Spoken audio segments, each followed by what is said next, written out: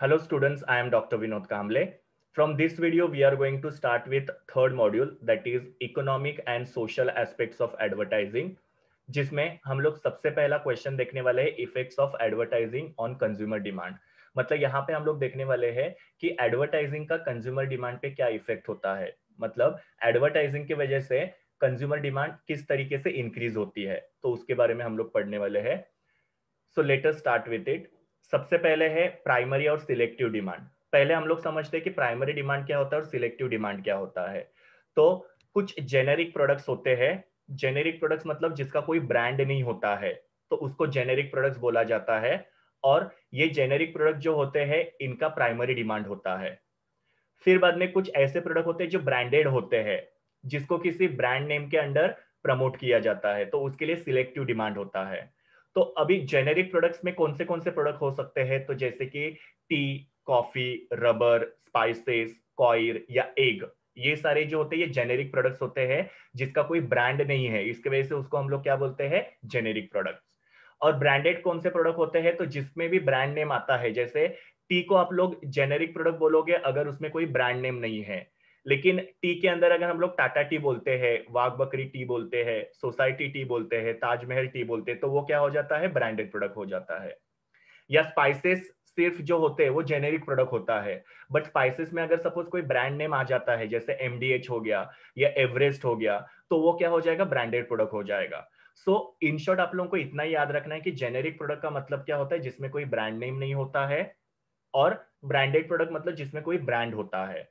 और फिर बाद में जेनेरिक प्रोडक्ट के लिए प्राइमरी डिमांड होता है और ब्रांडेड प्रोडक्ट के लिए सिलेक्टिव डिमांड होता है। इतना आपको यहाँ पे याद रखना है।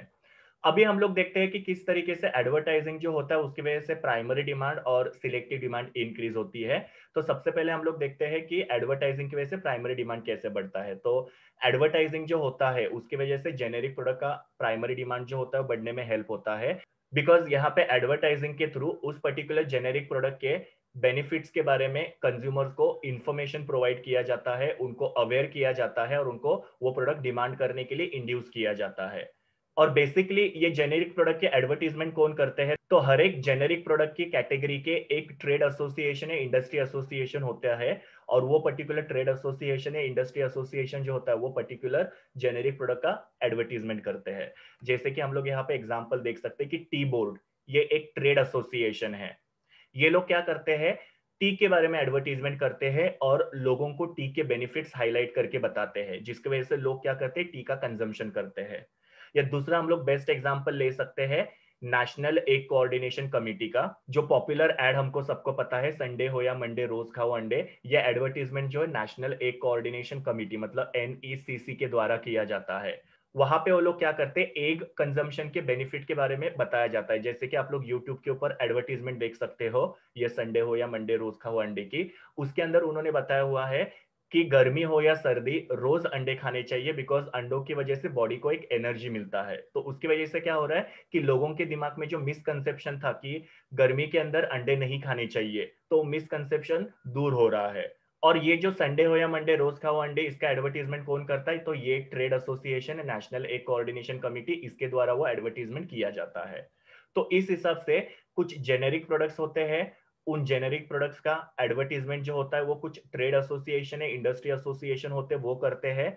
तो अलग अलग कैटेगरी के प्रोडक्ट का अलग अलग ट्रेड एसोसिएशन होता है। जैसे मैंने आप लोगों को बताया कि टी का एडवर्टीजमेंट जो है वो टी बोर्ड, ये ट्रेड या इंडस्ट्री एसोसिएशन है, वो करते हैं, जहां पे वो टी के बेनिफिट्स के बारे में लोगों को बताते हैं और टी का कंजम्पशन इंक्रीज करना चाहते हैं। और उसी तरीके से एग या अंडे जो होते हैं उसका जो कंजम्पशन है वो बढ़ाने के लिए उसका एडवर्टीजमेंट जो करने वाली ट्रेड एसोसिएशन है वो है नेशनल एग कोऑर्डिनेशन कमेटी। तो इस तरीके से प्राइमरी डिमांड जो है वो एडवर्टाइजिंग की वजह से बढ़ सकती है। आपको सिर्फ यहाँ पे जेनेरिक प्रोडक्ट्स के नाम याद रखने हैं, जो है T, coffee, rubber, egg, spices. और ये प्रोडक्ट की जो डिमांड होती है उसको प्राइमरी डिमांड बोला जाता है। और ये जेनेरिक प्रोडक्ट की एडवर्टीजमेंट करके प्राइमरी डिमांड इंक्रीज हो सकती है। और ये एडवर्टीजमेंट कौन करते हैं, तो पर्टिकुलर ट्रेड एसोसिएशंस होते हैं। जैसे मैंने आपको दो ट्रेड एसोसिएशन का एग्जांपल बताया, टी बोर्ड ये टी का एडवर्टीजमेंट करता है, और एनईसीसी मतलब नेशनल एग कोऑर्डिनेशन कमेटी जो है एक का एडवर्टीजमेंट करता है, और उसके बेनिफिट के बारे में लोगों को हाईलाइट करके लोगों को उसके कंजम्पशन के लिए इंड्यूस किया जाता है। तो ये प्राइमरी डिमांड के बारे में हो गया। अभी हम लोग देखते हैं कि एडवर्टाइजिंग की वजह से सिलेक्टिव डिमांड कैसे बढ़ता है। तो एडवर्टाइजिंग जो है सिलेक्टिव डिमांड इंक्रीज करने में भी मार्केटर को हेल्प करता है ना। यहाँ पे क्या है कि कंपटीशन बहुत ज्यादा होती है, तो एडवर्टाइजर जो है वो एडवर्टीजमेंट के थ्रू अपने पर्टिकुलर ब्रांड का डिमांड जो है इंक्रीज करते हैं। यहाँ पे एडवर्टाइजर जो होते हैं वो अपने ब्रांड के प्रोडक्ट जो है उसके फीचर्स को हाईलाइट किया जाता है। तो यहाँ पे हम लोग टाटा टी का एग्जांपल लेते हैं कि टाटा टी के एडवर्टीजमेंट में वो बताते हैं कि टाटा टी की जो चाय पत्ती है तो वो काफी स्ट्रांग होती है, उसकी वजह से हमारे बॉडी में एक अलग तरीके की एनर्जी आती है। तो ये सारे जो बेनिफिट्स है वो यहाँ पे हाईलाइट किए जा रहे हैं। और वहां पे वो लोग क्या कर रहे हैं, ये जो एडवर्टीजमेंट है वो किसी ब्रांड नेम के अंडर कर रहे हैं, इसके लिए इसको हम लोग क्या बोलेंगे, सिलेक्टिव डिमांड। तो इस हिसाब से हमने यहाँ पे देखा कि एडवर्टाइजिंग की वजह से प्राइमरी डिमांड भी बढ़ता है और सिलेक्टिव डिमांड भी बढ़ता है। प्राइमरी डिमांड जो होता है वो जेनेरिक प्रोडक्ट्स का होता है और सिलेक्टिव डिमांड जो होता है वो ब्रांडेड प्रोडक्ट्स का होता है। तो ये हमारा फर्स्ट पॉइंट हो गया। दूसरा हम लोग देखते हैं कि इवॉल्विंग एक्सपीरियंसेस, मतलब क्या एडवर्टाइजिंग की वजह से किस तरीके से इवॉल्विंग एक्सपीरियंसेस क्रिएट होते हैं। तो यहाँ पे एडवर्टीजमेंट में कुछ इमोशनल एक्सपीरियंसेस क्रिएट किए जाते हैं कस्टमर्स के लिए, जिसकी वजह से कस्टमर्स को वो जो पर्टिकुलर प्रोडक्ट एडवर्टाइज किया जा रहा है वो डिमांड करने के लिए, उसको परचेस करने के लिए इंड्यूस किया जाता है। जैसे कि हम लोग यहाँ पे एग्जांपल लेते हैं कि टीवी के ऊपर अगर कोई भी हेल्थ प्रोडक्ट जो होता है उसको ड्रामेटाइज किया जाता है और एक हेल्दी या फिट एंड फाइन पर्सन को उसके अंदर दिखाया जाता है, जिसके वजह से कस्टमर्स इंड्यूस होते हैं वो पर्टिकुलर प्रोडक्ट को डिमांड करने के लिए या परचेस करने के लिए। जैसे हम लोग यहाँ पे फॉर्चून ऑयल का एग्जांपल लेते हैं कि वहां पे बोला है इम्यूनिटी इज इजी, मतलब फॉर्चून ऑयल जो है वो कंज्यूम करने की वजह से हमारी इम्यूनिटी जो है अच्छी हो जाती है। तो कहीं ना कहीं पे यहाँ पे हम लोग को इमोशनल एक्सपीरियंस दिया जाता है, because everybody is very much concern about their health और हर एक जन जो फिट एंड फाइन रहना चाहते हैं। तो कहीं ना कहीं पे इम्यूनिटी को यहाँ पे दिखा के लोगों के मन में एक इमोशनल एक्सपीरियंस क्रिएट किया जा रहा है और लोगों को पर्टिकुलर ब्रांड का प्रोडक्ट जो परचेस करने के लिए इंड्यूस किया जा रहा है। सेम तरीके से जो एक्वागार्ड का एडवर्टीजमेंट आता है तो उसके अंदर भी वो बताते हैं कि हमारी बॉडी जो होती है वो 60% वाटर की बनी हुई रहती है और इसके लिए हमारे हेल्थ के लिए प्योर वाटर जो होता है काफी जरूरी होता है। तो एक्वागार्ड जो है वो हम लोग को हमारे घर में परचेस करना चाहिए। तो इस तरीके से अगेन यहाँ पे हेल्थ को दिखाया जा रहा है और कस्टमर्स को यहाँ पे इमोशनल एक्सपीरियंस क्रिएट करके वो प्रोडक्ट परचेस करने के लिए इन्फ्लुएंस किया जा रहा है। Then again lepton green tea, तो ये ऐसा टी है जिसमें 0 कैलोरीज होती है, जिसकी वजह से स्किन जो है वो हमारी हाइड्रेटेड रहती है, जिसकी वजह से हमको एक्टिव फील होता है, लाइट फील होता है। तो अगेन यहाँ पे क्या किया गया है, हम लोग को एक ड्रामेटाइज करके दिखाया है कि किस तरीके से ये ग्रीन टी जो है वो कंज्यूम करने की वजह से जो भी कंज्यूमर है वो फिट एंड फाइन और हेल्दी रह सकता है। तो अगेन लोग क्या करेंगे, ये लिप्टॉन की ग्रीन टी जो है उसके लिए डिमांड करेंगे। तो ऐसे एडवर्टीजमेंट के अंदर इवॉल्विंग एक्सपीरियंसेस क्रिएट किए जाते हैं या इमोशनल एक्सपीरियंसेस क्रिएट किए जाते हैं। कस्टमर को fit and fine and healthy person को ड्रामेटाइज करके दिखाया जाता है कि ये पर्टिकुलर पर्सन ने ये प्रोडक्ट को कंज्यूम किया और उसकी वजह से वो काफी ज्यादा फिट एंड फाइन है और कंज्यूमर को यहाँ पे इंड्यूस किया जाता है प्रोडक्ट को परचेज करने के लिए। Then third point is social media and demand ना। आजकल सोशल मीडिया एडवर्टाइजिंग जो है वो काफी ज्यादा पॉपुलर होते जा रहा है। हर एक मार्केटर जो सोशल मीडिया के ऊपर अवेलेबल है और उसके थ्रू अपने प्रोडक्ट का वो एडवर्टीजमेंट करते हैं। सो बहुत सारे सोशल नेटवर्किंग साइट्स है, जैसे फेसबुक है, लिंक्डइन इन है, ट्विटर है, व्हाट्सएप है।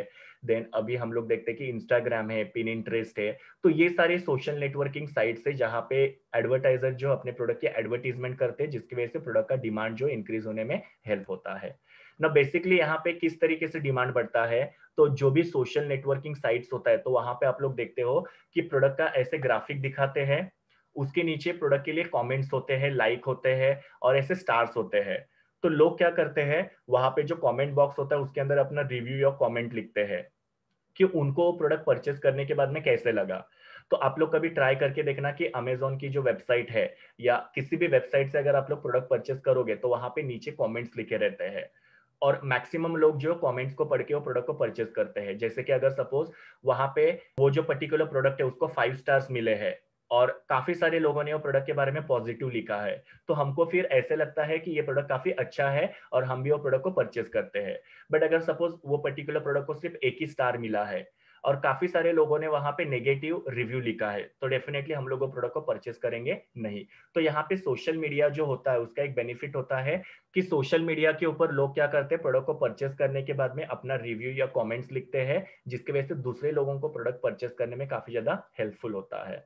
अगर रिव्यू सपोज पॉजिटिव है, कन्विंसिंग है, तो लोग वो प्रोडक्ट को परचेस करेंगे। अगर रिव्यू नेगेटिव है तो लोग वो पर्टिकुलर प्रोडक्ट को परचेस करेंगे नहीं। तो यहाँ पे एडवर्टाइजर जो होते हैं उन्होंने क्या करना चाहिए, अपने कस्टमर्स के माइंड में एक फेवरेबल इंप्रेशन क्रिएट करना चाहिए, मतलब उनके साथ एक अच्छा रिलेशन डेवलप करना चाहिए, ताकि वो कस्टमर जो है वो उनके प्रोडक्ट के बारे में सोशल मीडिया के ऊपर फेवरेबल या पॉजिटिव रिस्पॉन्स या कॉमेंट जो है वो लिखे।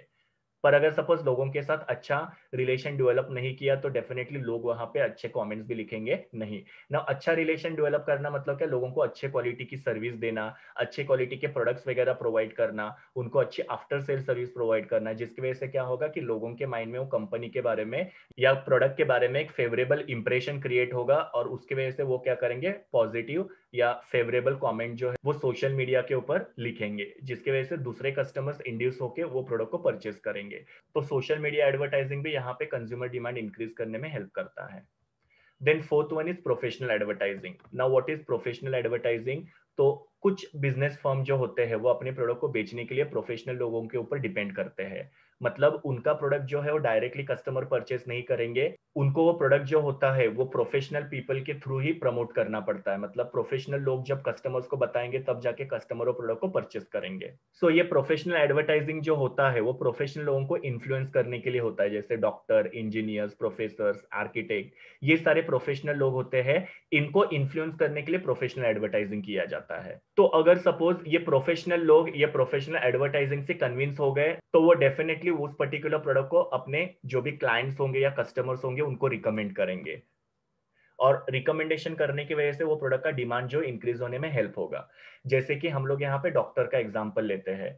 सो यहाँ पे जो भी मेडिसिन बनाने वाली कंपनी है वो क्या करेगी, जो एडवर्टीजमेंट बनाएगी वो डॉक्टर के लिए बनाएगी, बिकॉज डॉक्टर को अगर वो एडवर्टीजमेंट अच्छी लगी या वो एडवर्टीजमेंट की वजह से डॉक्टर अगर इंड्यूस हो गए तो डॉक्टर क्या करेंगे, वो पर्टिकुलर मेडिसिन जो है वो अपने पेशेंट को प्रिस्क्राइब करेंगे। तो यहाँ पे वो मेडिसिन बनाने वाली कंपनी ने टारगेट किसको किया, डॉक्टर को। और डॉक्टर अगर उनके एडवर्टीजमेंट से इंड्यूस हो गए या कन्विंस हो गए तो डॉक्टर फिर क्या करेंगे, वो पर्टिकुलर मेडिसिन को अपने पेशेंट्स को रिकमेंड करेंगे और पेशेंट वो पर्टिकुलर प्रोडक्ट के लिए डिमांड करेंगे। सेम हम लोग यहाँ पे टीचर्स का एग्जांपल लेंगे। सपोज कोई बुक बनाने वाली कंपनी है, तो वो बुक बनाने वाली कंपनी क्या करेगी, यहाँ पे टीचर्स के लिए एडवर्टीजमेंट करेगी, और फिर टीचर्स अगर सपोज वो एडवर्टीजमेंट की वजह से कन्विंस हो गए तो उसकी वजह से टीचर क्या करेंगे, अपने स्टूडेंट्स को वो पर्टिकुलर बुक जो है वो रिकमेंड करेंगे, तो स्टूडेंट जो है वो बुक के लिए डिमांड करेंगे। सेम हम लोग यहाँ पे इंजीनियर या आर्किटेक्ट का एग्जांपल लेते हैं। जब भी बिल्डिंग बनाना होता है या किसी को भी अपने घर का कंस्ट्रक्शन करना होता है तो कौन सा सीमेंट परचेस करना चाहिए, कौन से टाइल्स परचेस करने चाहिए, ये सब जो होते हैं वो इंजीनियर या आर्किटेक्ट बताते हैं, और उसके हिसाब से फिर जो भी कंज्यूमर है या जो भी बिल्डर्स है वो लोग क्या करते हैं, वो सब चीजों को परचेस करते हैं।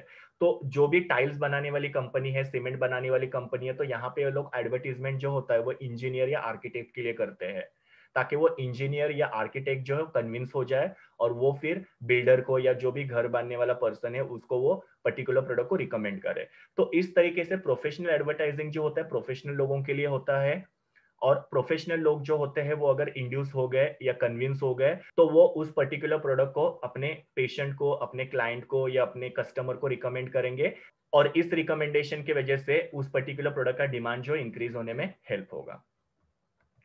Then next one is creativity in advertising and demand. मतलब एडवर्टीजमेंट में क्रिएटिविटी काफी जरूरी होती है।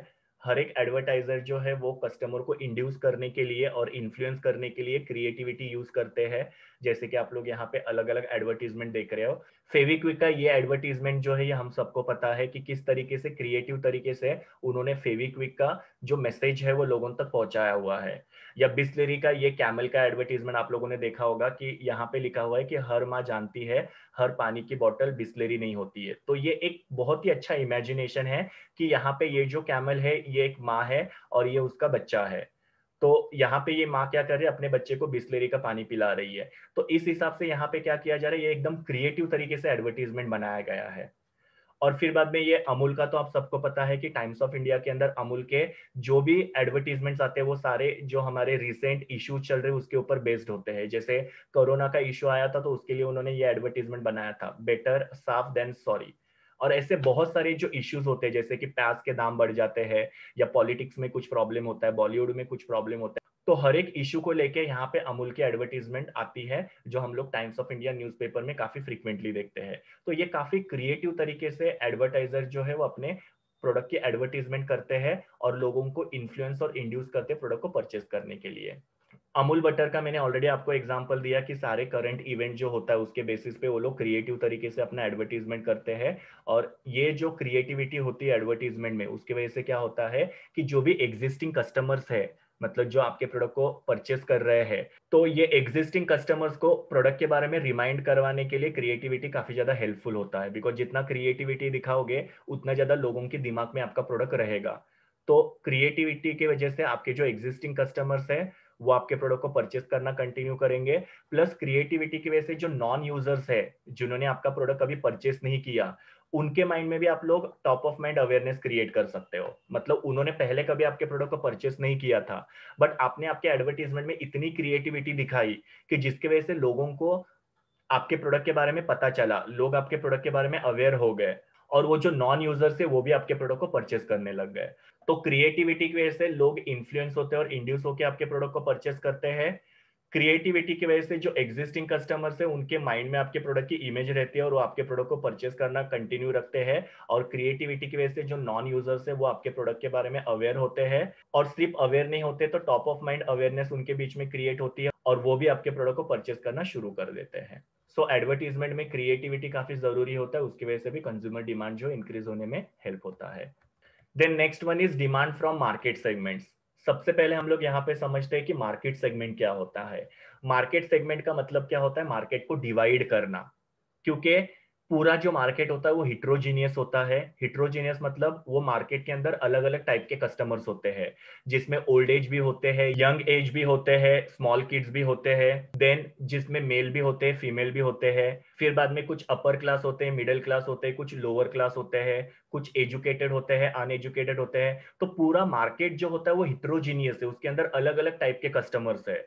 तो मार्केटर को सबसे पहले क्या करना चाहिए, मार्केट सेगमेंटेशन करना चाहिए, मतलब अपने मार्केट को डिवाइड करना चाहिए। और ये मार्केट को डिवाइड करने के बाद में मार्केटर ने क्या करना चाहिए, उस पर्टिकुलर मार्केट की डिमांड को समझ के उसके हिसाब से एडवर्टीजमेंट बनानी चाहिए।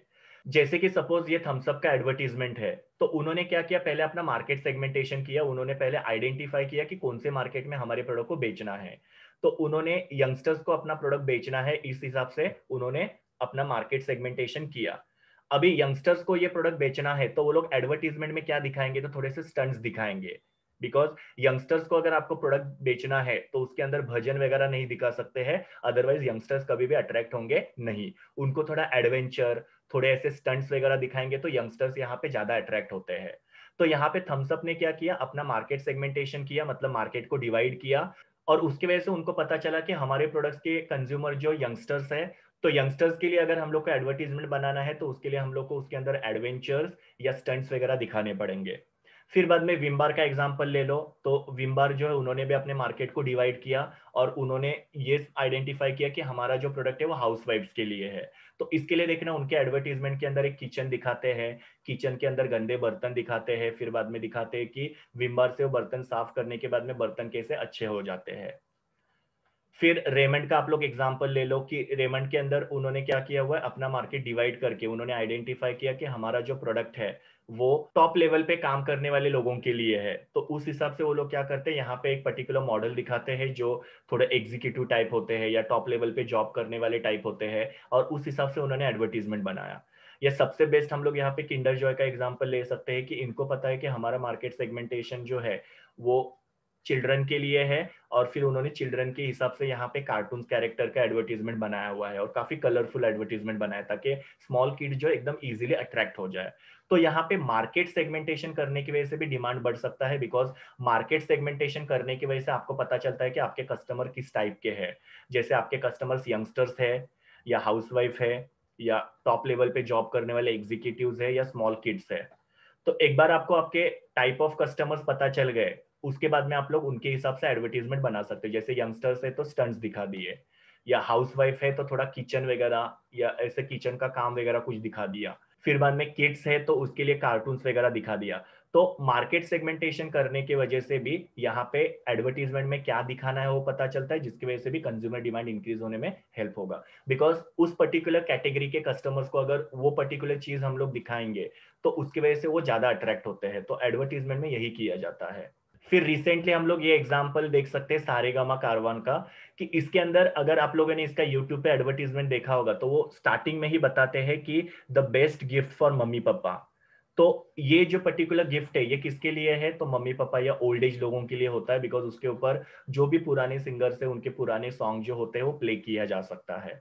तो इस हिसाब से सीनियर सिटीजन को इन्फ्लुएंस करने के लिए यहाँ पे उसके हिसाब से एडवर्टीजमेंट किया जाता है। और वही चीज जो है वो सारेगामा कारवान वालों ने किया हुआ है। उन्होंने सीनियर सिटीजन के हिसाब से यहाँ पे अपना एडवर्टीजमेंट बनाया हुआ है। एकदम सिंपल एडवर्टीजमेंट रहता है और उसके वजह से सीनियर सिटीजन जो अट्रैक्ट हो रहे हैं और ये प्रोडक्ट के लिए डिमांड कर रहे हैं।